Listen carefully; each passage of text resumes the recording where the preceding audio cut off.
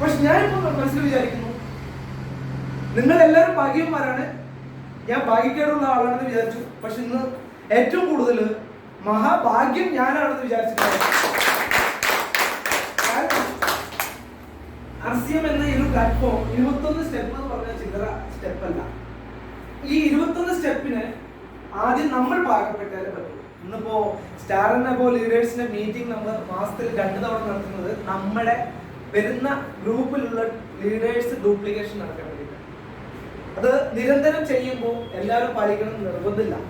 പക്ഷേ ഈ ഒരു ബിസിനസ് അവരവരുടെ ബിസിനസ് ആണെന്ന് മൈൻഡിൽ എടുത്തു കഴിഞ്ഞാൽ ജസ്റ്റ് ലീഡേഴ്സ് ഒരു മെസ്സേജ് തന്നു കഴിഞ്ഞാൽ ഇത് ഡ്യൂപ്ലിക്കേഷൻ ബിസിനസ് ആണ്, നമ്മൾ ഇത് ഏറ്റെടുത്ത് മുന്നോട്ട് കൊണ്ടുപോകുന്ന ബിസിനസ് ആണ്, നമ്മൾ മൈൻഡിൽ എന്നും എടുത്ത് മുന്നോട്ട് പോവുകയെങ്കിൽ ഈ ഒരു ശക്തിയും നമ്മളെ തടയാൻ സാധിക്കില്ല. എനിക്ക് ഉറപ്പുണ്ട്, എന്നെ ഈ ഒരു ഭൂമിയിൽ ഒരു ശക്തി എന്നെ തടയാനായിട്ട് സാധിക്കില്ല. ഞാൻ ഇതിൽ പ്രിപ്പയർഡായി എന്റെ കൂടെ വരുന്ന ആളുകൾ, ഇനി വരാത്ത ആളുകൾക്ക് അവർക്ക് നഷ്ടം ആയിരിക്കുന്നുള്ള മനോഭാവത്തിൽ കൊണ്ടാണ് ഞാനൊരു തീരുമാനം എടുത്തു. ഞാനിതൊരു വലിയ വിജയത്തിലേക്ക് കൊണ്ടുപോകുന്നൊരു തീരുമാനം എടുത്തിട്ടാണ് ഞാൻ ജയപ്രയാത്ര പോകുന്നത്. കാരണം നമ്മൾ തുടക്കം തന്നെ പ്രതിസന്ധികളെ തരണം ചെയ്ത് വന്നുകൊണ്ട് തന്നെ ഇനി വരുന്ന പ്രതിസന്ധികളും നിസ്സാരമായിരിക്കും. അതുകൊണ്ട് തന്നെ നിങ്ങൾ ഇന്ന് പൂർണ്ണ ഒരു ആർജവത്തോടുകൂടി ഒരു കമ്മിറ്റ്മെന്റ് എടുത്തുകൊണ്ട് ഇതിൽ മുന്നോട്ട് പോവുക. അതില് ഇപ്പോ സജീവ് സാർ അപ്രതീക്ഷിതമായിട്ട് എനിക്കൊരു 7 കാർഡിനൽ റൂൾസിന്റെ ഒരു ഭാഗത്തെ കുറിച്ച് പറയാൻ പറഞ്ഞു. ഞാനൊരു ജസ്റ്റ് ഹിന്ദിയിലുള്ള കുറച്ച് വീഡിയോസുകൾ കാരണം ഞാൻ എഴുതി പ്രിപ്പയർ ചെയ്തു. ഞാൻ ഏത് സമയത്തും ഏത് സിസ്റ്റത്തെ കുറിച്ച് പറയുകയാണെങ്കിൽ ഞാൻ ചെയ്യാനായിട്ട് എനിക്ക് കമ്മിറ്റ്മെന്റ് ആണ്. 21 സ്റ്റെപ്പില് ഏറ്റവും ഇമ്പോർട്ടന്റ് ആയിട്ടുള്ള സ്റ്റെപ്പാണ് എനിക്ക് തുടങ്ങിയത്. അതായത് RCM എന്ന സിസ്റ്റത്തിൽ നമ്മൾക്ക് നിൽക്കാനായിട്ട് ഈ 2 സ്റ്റെപ്പ് നമ്മൾ ചെയ്താലും ആ ഒരു 7 സ്റ്റെപ്പ് നമ്മൾ ചെയ്തില്ലെങ്കിൽ നമ്മൾ പരാജയപ്പെടും. കാരണം അതാണ് വെരി വെരി ഇമ്പോർട്ടന്റ്. ഈ ബൈബിളിലോ ഖുറാനിലോ ഭഗവത്ഗീതയിലൊക്കെ പറഞ്ഞിട്ടുള്ള നിയമങ്ങൾ RCMൽ അതാണ് ദൈവത്തിന്റെ കയ്യിൽ എന്ന് പറയുന്നത്. ഈ ഒരു സിസ്റ്റത്തിലൂടെ ഇന്ത്യയിലെ ജനങ്ങളെ കൊണ്ടുപോകാൻ സാധിച്ചു കഴിഞ്ഞാൽ രാജ്യം സൂപ്പർ രാജ്യമായിട്ട് മാറും. അപ്പൊ ഞാനിവിടെ വളരെ കുറഞ്ഞ സമയം കൊണ്ട് ഈ ഒരു സിസ്റ്റത്തെ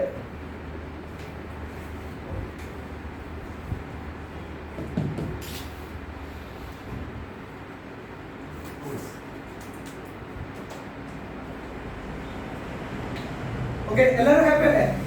നല്ലൊരു ഒരാളോട് നിർദ്ദേശമല്ല, ഇത് നമ്മൾ സ്വയം ചെയ്ത് മുന്നോട്ട് പോകുന്നത്. 7 കാർഡിനൽ റൂൾസ് പറയുന്നത് അതിൽ ആദ്യത്തെയാണ് never apply any new idea without consent of a system. ഇത് ഹിന്ദിയിൽ പറയുകയാണെങ്കിൽ സിസ്റ്റം की पूर्व निर्मिति का बिना कोई भी नया तरीका ना करे. കാരണം കമ്പനി RCM എന്ന ഈ ഒരു കമ്പനി നമ്മുടെ മഹാനായ TC ചാബ്രാജി അദ്ദേഹം ഒരു ദൈവത്തിന്റെ ഉപബോധ അദ്ദേഹത്തിന് വന്നിട്ടുള്ള അടിസ്ഥാനത്തിലാണ് ഈ ഒരു മൊത്തത്തിലുള്ള ഒരു നിർമ്മിതി ഉണ്ടാക്കാൻ കാരണം രാജ്യത്തിന്റെ ജനങ്ങളെ ഒരു അഭിവൃദ്ധിയിലേക്ക് കൊണ്ടുപോകണമെങ്കിൽ പൈസ മാത്രം കിട്ടിയത് കൊണ്ട് കാര്യമില്ല. അത് അതിൻ്റെതായിട്ടുള്ള റൂൾ റെഗുലേഷനിൽ പോയാൽ മാത്രം നല്ല രീതിയിൽ പോകാനായിട്ട് പറ്റും. അപ്പൊ അതില് കമ്പനി നിർമ്മിച്ചിട്ടുള്ള കുറച്ച് നിയമാവലികളുണ്ട്. ആ നിയമാവലികൾ അതേപടിക്ക്, അതായത് 6 ബേസിക് എന്ന് പറഞ്ഞിട്ട് use the product, 100% product use ചെയ്യുന്നു പറയുന്നതിന് പകരം നമ്മൾ പ്രൊഡക്റ്റ് ഒന്നും ഉപയോഗിക്കാതെ നമ്മുടെ സ്വന്തം ഇഷ്ടപ്രകാരം നമ്മൾ RCMൽ ജോയിൻ ചെയ്തു 2000 രൂപ പ്രൊഡക്റ്റുകൾ എടുത്തിട്ട് നമ്മൾ വിൽക്കാനായിട്ട് നടന്നു കഴിഞ്ഞാൽ നോട്ട് സക്സസ്. അത് കമ്പനി പറയുന്നതിന് എതിരാണ്. അതുപോലെ തന്നെ make a list dreams. List ഉണ്ടാക്കൂ, 500 പേരുടെ 1000 പേരുടെ അൺലിമിറ്റഡ് ലിസ്റ്റ് ഉണ്ടാക്കുന്നു നമ്മുടെ കമ്പനിയിലെ നിയമം പറയുന്ന 6 ബേസിക്കലി പറയുന്ന ആ സിസ്റ്റത്തിന് എതിരായിട്ട് നമ്മൾ ഒരു ലിസ്റ്റ് ഉണ്ടാക്കുന്നില്ല. അതുപോലെ തന്നെ നമുക്ക് യാതൊരു ഡ്രീംസും ഇല്ല. അതിനുശേഷം നമ്മൾ ആളുകളോട് പറയുന്നു RCMൽ വരൂ, ഇതിന് നല്ലൊരു അവസരമുണ്ട്, ഒരുപാട് 50 ലക്ഷം രൂപ വരുമാനം മേടിക്കാനുള്ള സിസ്റ്റം പറഞ്ഞു കഴിഞ്ഞാൽ നോട്ട് സക്സസ്. അപ്പൊ നമ്മൾ എന്താ ചെയ്യേണ്ടത്? ഈ പറയുന്ന സിസ്റ്റം എന്താണോ അതുപോലെ കൃത്യമായിട്ട് നമ്മൾ പോയാൽ മതി. ഈ സിസ്റ്റമാണ് നമ്മുടെ എക്സ്പ്രസ് ഹൈവേയിലേക്ക് കടത്താനുള്ള ഒരു മാസ്മര മന്ത്രം എന്ന് പറഞ്ഞാൽ സക്സസ് മന്ത്രം. അപ്പൊ ഈ use the product 100% product use ചെയ്യും. അപ്പൊ ആ രീതിയിലേക്ക് വന്നു കഴിഞ്ഞാൽ നമുക്ക് കമ്മിറ്റ്മെന്റിലേക്ക് വരും. അതുപോലെ തന്നെ മേക്ക് എ ലിസ്റ്റ് ഇടാൻ പറഞ്ഞു കഴിഞ്ഞാൽ ഏറ്റവും നമ്മുടെ സന്തോഷ് നായരുടെ ഒരു ട്രെയിനിങ് സെഷൻ എത്ര പേര് കണ്ടോന്ന് അറിയില്ല, അതിൽ പറഞ്ഞിട്ടുള്ളതാണ് ഈ ലിസ്റ്റ് എന്ന് പറയുന്ന കാര്യം പലരും പറയും പക്ഷെ ചെയ്തില്ല. ലിസ്റ്റ് ഇരുന്ന് എഴുതി ഒരു യാത്ര ചെയ്യുന്ന സമയത്ത് നമ്മൾ പുതുതായിട്ട് ആളുകൾ കാണുന്ന സമയത്ത് അവരുടെ ഒരു 5-10 പേരുടെ ഡെയിലി പുതിയ ആളുകളെ പരിചയപ്പെടുത്തിക്കൊണ്ട് നമ്മുടെ ഡയറിയിൽ നമ്മൾ അവരുടെ കോൺടാക്ട് നമ്പർ എഴുതി വയ്ക്കുക. ഇന്നല്ലെങ്കിൽ നാളെ ചിലപ്പോൾ ഒരാളെ നമുക്ക് 1 വർഷം ഫോളോ അപ്പ് ചെയ്യേണ്ടി വരും, 2 വർഷം ഫോളോ അപ്പ് ചെയ്യേണ്ടി വരും, 5 വർഷം ഫോളോ അപ്പ് ചെയ്യേണ്ടി വരും. നമ്മുടെ മൈൻഡിൽ കാണാം അവർ നാളെ നമ്മുടെ ടീമിലേക്ക് കൊണ്ടുവരുന്ന മൈൻഡ് സെറ്റ് പോവാം. അതുപോലെ തന്നെ കോൺടാക്ട് ആൻഡ് ഇൻവൈറ്റ്, നമ്മൾ കോൺടാക്ട് ചെയ്യണം, ഇൻവൈറ്റ് ചെയ്യണം. നമ്മൾ ഒരു സിസ്റ്റം പറയുന്നത് പോലെ ഈ ലിസ്റ്റ് പ്രകാരത്തിലുള്ള ആളുകളെ നമ്മൾ ഏരിയ വൈസ് അനുസരിച്ച് നമ്മൾ കോൺടാക്ട് ചെയ്യുക. 10 പേരെ കോൺടാക്ട് ചെയ്യുന്ന സമയത്ത് ഒരുപക്ഷെ നമുക്ക് എല്ലാവരും അക്സെപ്റ്റ് ചെയ്യുന്നില്ല. അപ്പോൾ 10 പേര് കോൺടാക്ട് ചെയ്യുമ്പോൾ ചിലപ്പോൾ 1-2 പേര് ഓക്കെ സാർ ഞാൻ നാളെ റെഡിയാണ്, ആ രീതിയിൽ കോൺടാക്ട് ചെയ്യാം. ഇതിനെതിരെ നമ്മൾ ചെയ്ത് നമ്മുടെ സ്വന്തം ഇഷ്ടപ്രകാരം സ്വന്തമായിട്ട് പത്രത്തിൽ പരസ്യം കൊടുക്കുന്നു, നമ്മൾ നോട്ടീസ് ഇറക്കിയിട്ട് മൊത്തം എല്ലാവരുടെയും നമ്മൾ ഇന്റർവ്യൂ ചെയ്യുന്നു. ഞാൻ ആർസിഎമ്മിന്റെ മെമ്പറാണ്. അങ്ങനെ പബ്ലിസിറ്റി നമ്മൾ സ്വയം ചെയ്തിട്ട് ഇത് വലിയ ഒരു ലെവലിലേക്ക് എത്താമെന്ന് വിചാരിച്ചാൽ റോങ്. കമ്പനി പറയുന്ന സിസ്റ്റത്തിനെ ഫോളോ അപ്പ് ചെയ്യുക എന്നുള്ളതാണ് വെരി വെരി ഇമ്പോർട്ടൻറ്റ്. അതുകൊണ്ട് തന്നെ നമ്മൾ ഇതിൽ പറയുന്നത് നമ്മുടെ ബുദ്ധി ഉപയോഗിക്കേണ്ടതെന്ന് പറയും, നമ്മുടെ സ്വന്തം ബുദ്ധി ഉപയോഗിക്കേണ്ടതെന്ന് പറയുന്നത് ഇതാണ്. കമ്പനി പറഞ്ഞ സിസ്റ്റത്തിലൂടെ നമ്മൾ പോകാൻ തയ്യാറായാൽ ഇതൊരു ഡയറക്റ്റ് മാർക്കറ്റിംഗ് ആണ്. ഡയറക്റ്റ് ആയിട്ട് മാത്രം നമ്മൾ അപ്രോച്ച് ചെയ്താലാണ് ഒരു കാര്യമായിട്ട് റിസൾട്ട് കിട്ടുള്ളൂ. അപ്പോൾ ഇതിൽ വെരി വെരി ഇമ്പോർട്ടൻ്റ് ആണ്. ഫസ്റ്റ് പറഞ്ഞിട്ടുള്ള never apply any new idea without consent of the system. സിസ്റ്റത്തിനെതിരെയായിട്ട് നമ്മൾ പോയി കഴിഞ്ഞാൽ സജീവ് സാർ നേരത്തെ പറഞ്ഞ പോലെ ഇങ്ങനെ പോകുന്നവിടെ വേറെ രീതിയിലേക്ക് പോയി കഴിഞ്ഞാൽ നമുക്ക് സക്സസ് ആവത്തില്ല. രണ്ടാമതാണ് നമുക്ക് പറയുന്നത് never pass any negativity to your downline and cross line. Very very important. ഈ ഒരു ബിസിനസ്സിൽ 2016 മുമ്പുള്ള സാഹചര്യത്തിൽ ഈ ഒരു നിയമം പാലിക്കാത്ത ഒരു രീതിയിലായിരുന്നു കൂടുതൽ. ഇന്നും നോർത്ത് ഇന്ത്യയിൽ ഈ ഒരു നിയമം പാലിക്കാത്ത ഒരുപാട് പേര് പോകും. എന്ന് വെച്ചാൽ നമ്മൾക്ക് ആദ്യം മനസ്സിലാക്കേണ്ടത് എന്താണ് അപ്ലൈൻ, എന്താണ് ക്രോസ് ലൈൻ. നമ്മുടെ ഒരു മൈൻഡിൽ ഉണ്ടാവണം.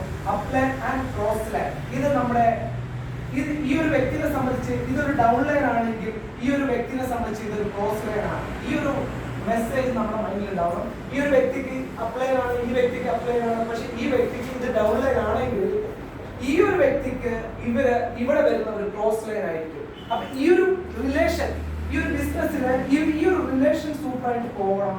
പക്ഷേ നമ്മൾ ചെയ്യുന്നത് ഇത് ക്ലോസ് ലൈനല്ലേ, നമ്മൾ ഇവിടെ വന്നിട്ടുള്ള ആളുകളെ അപ്രോച്ച് ചെയ്തിട്ട് നമ്മുടെ ടീമിലേക്ക് കൊണ്ടുവരുന്ന തെറ്റായിട്ടുള്ള രീതികളിൽ നമ്മൾ ചെയ്യുന്നു. അതർവൈസ് ഏത് ടീമിലുള്ള മെമ്പേഴ്സ് ആയിക്കോട്ടെ, നമ്മൾ അവരെ മിസ് ഗൈഡൻസ് കൊടുത്തുകൊണ്ട് അവരുടെ ബിസിനസ് എന്താണ്, അവരുടെ ബിസിനസ് സംബന്ധമായിട്ടുള്ള ചർച്ചകൾ നിങ്ങൾ ഈ ലെവലെത്തിയില്ലേ. അപ്പോൾ ഇത്തരത്തിലുള്ള ചർച്ചാ കാര്യങ്ങൾ നമ്മൾ യാതൊരു കാരണവശാലും നോക്കേണ്ട ആവശ്യമില്ല. രാജീവ് സാർ പറയുന്നത് പോലെ തന്നെ കുതിരയുടെ ഈ 2 സൈഡിൽ കണ്ണ് കെട്ടിയതുപോലെ തന്നെ നമ്മുടെ ലക്ഷ്യം ഓൺലി ഫോർ ഡയമണ്ട് എന്നുള്ള ലക്ഷ്യത്തിലേക്ക് കണ്ടുകൊണ്ട് ഈ സിസ്റ്റം ഫോളോ അപ്പ് ചെയ്തുകൊണ്ട് നമ്മൾ മുന്നോട്ട് പോകാനുള്ള ഒരു കമ്മിറ്റ്മെന്റ് എടുത്ത് നമ്മൾ മുന്നോട്ട് പോവുക. ഇതിൽ റിലേഷൻ ആയതുകൊണ്ട് തന്നെ ക്രോസ് ലൈൻ ആയിട്ടുള്ള നല്ലൊരു റിലേഷൻ ഉണ്ടാവണം. കാരണം നമ്മളൊരു ചാലക്കുടിയിൽ ഇരിക്കുന്ന ഒരാളാണെങ്കിൽ ഒരുപക്ഷെ ഈ ഒരു ക്രോസ് ലൈനുള്ള ആള് ചിലപ്പോൾ എറണാകുളത്തോ അല്ലെങ്കിൽ കാലിക്കറ്റോ കണ്ണൂരുള്ള ഒരു വ്യക്തിയായിരിക്കും. ഈ വ്യക്തിയായിട്ട് നല്ലൊരു റിലേഷൻ ഉണ്ടെങ്കിൽ, അല്ലെങ്കിൽ ഈ ഷോപ്പ് നടത്തുന്ന ക്രോസ് ലൈൻ ഷോപ്പ് നടത്തുന്ന ആളായിട്ട് നല്ലൊരു റിലേഷൻ ഉണ്ടെങ്കിൽ, നമ്മുടെ വേണ്ടപ്പെട്ട ഒരാൾ ആ ഭാഗത്തുണ്ടെങ്കിൽ അവരെ വിളിച്ചു പറഞ്ഞു കഴിഞ്ഞാൽ അവരെ കറക്റ്റ് ഗൈഡൻസ് കൊടുത്തുകൊണ്ട് അവരെ പോസിറ്റിവിറ്റിയിലേക്ക് കൊണ്ടുവരാൻ സാധിക്കും. കാരണം ഈ ഒരു ബിസിനസ് തേർഡ് പാർട്ടി ബിസിനസ് ആണ്. തേർഡ് പാർട്ടി ബിസിനസ് ആയതുകൊണ്ട് തന്നെ എല്ലാവരും നമ്മൾ പറഞ്ഞു കഴിഞ്ഞാൽ അക്സെപ്റ്റ് ആയിട്ട് വരുന്നില്ല. അതുകൊണ്ട് തന്നെ ക്രോസ് ലൈൻ ആയിക്കോട്ടെ, എനിബഡി ആളായിക്കോട്ടെ, അവരുമായിട്ടുള്ള റിലേഷൻ സൂപ്പറായിട്ട് നമ്മൾ കൊണ്ടുപോകാനായിട്ട് നോക്കണം. അതുപോലെ തന്നെ നമ്മുടെ അപ്ലൈനുമായിട്ടുള്ള റിലേഷൻ ഒരുപാട് പ്രശ്നങ്ങൾ ഉണ്ടാവാം, പ്രതിസന്ധികൾ ഉണ്ടാവും. പക്ഷെ അപ്ലൈൻ നമുക്ക് കറക്റ്റ് ഗൈഡൻസ് തരികയാണെങ്കിൽ നമ്മൾ അവരെ റെസ്പെക്ട് ചെയ്തുകൊണ്ട് കറക്റ്റായിട്ട് പോവുക. അതുപോലെ തന്നെ ഡൗൺ ലൈൻ ഉള്ളവരെ, ഒരുപക്ഷെ ഡൗൺ ലൈൻ നമ്മളെക്കാളും കഴിവുള്ളവരായിരിക്കാം, ഒരുപക്ഷെ നമുക്ക് കഴിവ് കുറഞ്ഞ ആളുകളായിരിക്കാം, അവരെ നമ്മൾ റെസ്പെക്ട് ചെയ്യുക. ഒരു വേദിയിൽ അവരെ ബഹുമാനിക്കുന്നതിന് പകരം അവരെ നമ്മൾ മിസ് ഗൈഡൻസ് കൊടുത്തിട്ട് ഒരു വിഷമം തട്ടുന്ന രീതിയിലുള്ള അപ്രതീക്ഷിതമായിട്ട് അവരെ നമ്മളെ ഒരു ബാർഗിൻ ചെയ്ത് കഴിഞ്ഞാൽ അവർക്ക് വലിയ രീതിയിലുള്ള ഒരു ഫീലിംഗ് ഉണ്ടാവും. അതുകൊണ്ട് തന്നെ നമ്മൾ ആ ഒരു never pass any negativity to your down line and cross line. ഇത് 1 മണിക്കൂർ 2 മണിക്കൂർ സെഷനുള്ള ഓരോ കാർഡിനൽ റോളിന്റെയും യൂണിക് എഡ്യൂക്കേഷൻ ഹിന്ദിയിൽ നോക്കിക്കഴിഞ്ഞാൽ ഓരോ മണിക്കൂർ 2 മണിക്കൂറിന്റെ ക്ലാസ്സുകളാണ്. ഇത് വളരെ ചുരുക്കിയിട്ട് ഞാൻ പറഞ്ഞു തരുന്നുള്ളൂ. മൂന്നാമത് never mess up with anybody, money, ego and family. ഈ ഒരു കാര്യം കൂടുതലും നടന്നുകൊണ്ടിരിക്കുന്നത് നമുക്ക് ഈ ഒരു ബിസിനസ്സിൽ കാണുന്നതാണ്.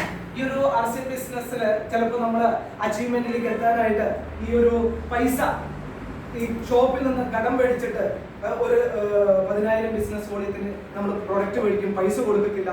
ഇനി അത്തരത്തിൽ കടം മേടിച്ചുകൊണ്ട് ഒരു പ്രശ്നം ഉണ്ടാവുന്ന ഒരു സിറ്റുവേഷനിൽ ഉണ്ടാവുമ്പോൾ പിന്നീട് അവരെ പിന്നെ കാണാൻ പോകുന്നില്ല. അത്തരത്തിൽ നമ്മുടെ ബിസിനസിനെ കാര്യമായി ബാധിക്കും. അത് നമ്മുടെ ഡൗൺലൈൻ മെമ്പേഴ്സ് കൂടി കേൾക്കുമ്പോൾ നിങ്ങളുടെ ലീഡർ കടം മേടിച്ചിട്ട് പോയി ഇതുവരെ പൈസ തന്നിട്ടില്ല. അപ്പോൾ ഒരു ലീഡർ എന്ന നിലയിൽ നമ്മൾ തന്നെ തെറ്റ് ചെയ്തിട്ട് പോകുമ്പോൾ ഡൗൺലൈൻസിലുള്ള മെമ്പേഴ്സിന് നമ്മളോടുള്ള ഒരു റെസ്പെക്ട് ഇല്ലാണ്ടാവുമ്പോൾ മൊത്തത്തിൽ അതിനുശേഷം നമ്മൾ നിങ്ങൾക്ക് ഡയമണ്ട് ക്ലബ് ചെയ്തു പറഞ്ഞാൽ പോലും ചെയ്യാത്തൊരു സിറ്റുവേഷനിൽ വരും. അപ്പോൾ നമ്മൾ ഒരു കമ്മിറ്റ്മെന്റ് ആവുക, നമ്മുടെ ഭാഗത്തുനിന്ന് ഒരു മിസ്റ്റേക്ക് ഇല്ലാതെ വരാനായിട്ടുള്ളൊരു മെത്തേഡിൽ നമ്മൾ ഇതിന് മുന്നോട്ട് പോവാം.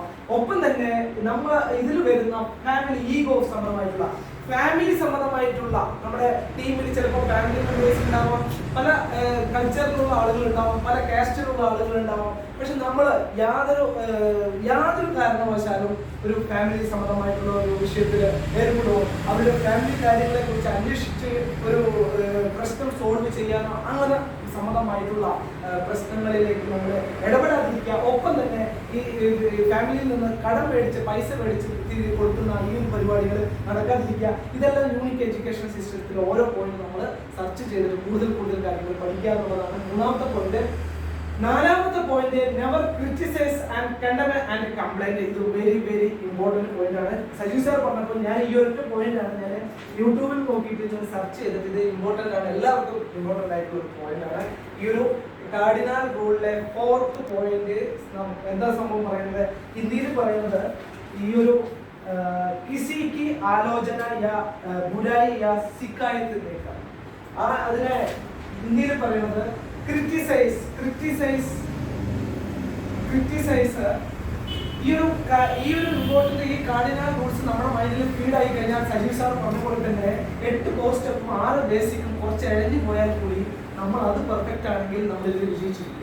പക്ഷെ ഇതെല്ലാം പെർഫെക്റ്റ് ആയിട്ട് ചെയ്തു, അത് നമ്മൾ തെറ്റായിട്ട് ചെയ്തു കഴിഞ്ഞാൽ നമ്മുടെ ബിസിനസിനെ ബാധിക്കാനായിട്ട്. കാരണം ക്രിറ്റിസൈസിൽ എന്താ സംഭവിക്കുന്നത്, ആലോചന ചെയ്യുന്നു. എന്താ ആലോചന ചെയ്യുന്നത്, നമ്മുടെ ഡൗൺലൈൻസിനെ കുറിച്ച് അല്ലെങ്കിൽ അപ്ലൈൻസിനെ കുറിച്ചിട്ടുള്ള ആലോചന. അയ്യോ അയാള് ശരിയല്ല, അദ്ദേഹം ശരിയല്ല, ഞാൻ പറയുന്നത് കേൾക്കില്ല, അവരെ കുറിച്ച് കുറ്റം പറയാം. ഇത്തരത്തിൽ അവരെ കുറിച്ച് ഒരു നെഗറ്റിവിറ്റി ഉണ്ടാക്കുന്ന ഒരു രീതിയിലേക്ക് നമ്മൾ ലീഡർ എന്ന നിലയിൽ ഉണ്ടാവുമ്പോൾ അപ്ലൈനെ കുറിച്ചോ പ്രശ്നങ്ങൾ ഉണ്ടാവും. ആ പ്രശ്നങ്ങൾ ആ ലീഡറിന്റെ ആ ഉള്ളിൽ നിന്ന് തന്നെ നമ്മൾ സോൾവ് ചെയ്ത് മുന്നോട്ട് പോകുന്ന രീതിയിലേക്ക് വരണം. ഇതൊരു ഡ്യൂപ്ലിക്കേഷൻ ബിസിനസ്സാണ്.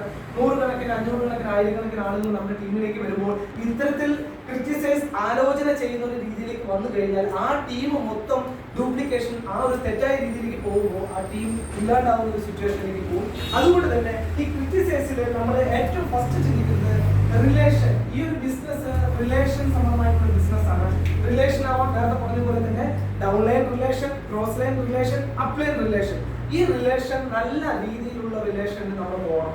കാരണം അവർക്ക് ബിസിനസ് പരമായിട്ടുള്ള കാര്യങ്ങളിൽ ഇടപെടാതെ അവരുമായിട്ട് നല്ല പ്രൊഡക്റ്റുകളെ കുറിച്ചിട്ടോ ആർസിഎമ്മിനെ കുറിച്ചിട്ടോ ആർസിഎമ്മിന്റെ മറ്റ് കാര്യങ്ങളെ കുറിച്ച് നമ്മൾ കമ്മ്യൂണിക്കേഷൻ ചെയ്യാം.